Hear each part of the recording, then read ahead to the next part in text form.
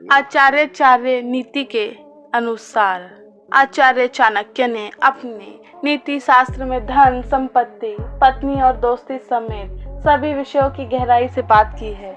और आज हम आपको इस खबर में ये बताने वाले हैं कि इन महिलाओं पर भरोसा करना आपको भारी पड़ सकता है।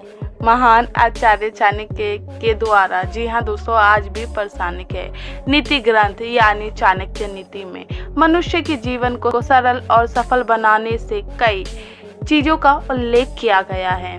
चाणक्य ने अपनी चाणक्य नीति में जहां भविष्य के उज्जवल बनाने के समाधान बताए हैं, तो वहीं जीवन में सफल होने और दुष्ट लोगों से बचने के उपाय भी बताए हैं। आचार्य चाणक्य ने अपने नीति शास्त्र में धन, संपत्ति, पत्नी और दोस्ती समेत सभी विषयों की गहराई से बात की है।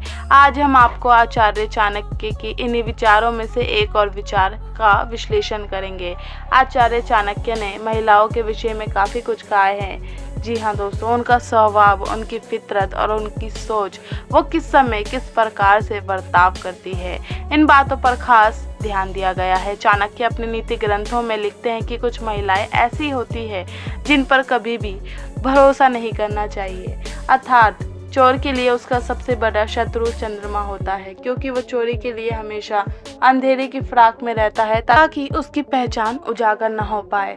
लेकिन चंद्रमा की रोशनी अंधकार को भी दूर करती है। आचार्य चाणक्य के अनुसार एक चरित्र वाली औरत के लिए कहा गया है कि ऐसी औरत कभी भी भरोसे के लायक नहीं रहती है। वो हमेशा दूसरे पुरुषों के लिए आकर्षित रहती है। ऐसे में उनके लिए उनका पति ही सबसे बड़ा दुश्मन होता है, क्योंकि वही उसकी मंशा के बीच में बाधा बनता है।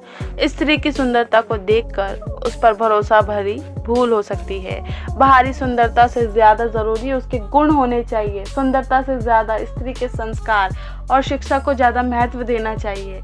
धर्म कर्म में आस्था का ध्यान रखने वाली स्त्री का ध्यान रखना चाहिए। आचार्य चाणक्य के मुताबिक स्त्री में लालच की भावना बहुत खतरनाक होती है।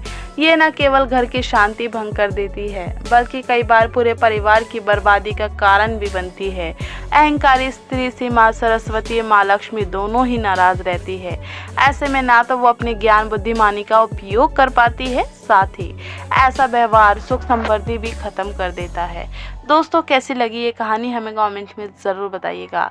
और भी बहुत सारी ऐसी कहानियाँ हैं, नैतिक शिक्षा की कहानियाँ हैं, मोटिवेशनल कहानियाँ, अच्छी अच्छी कहानियाँ और प्रेरणादायक कहानियाँ सुनने के लिए हमारे चैनल को सब्सक्राइब करें।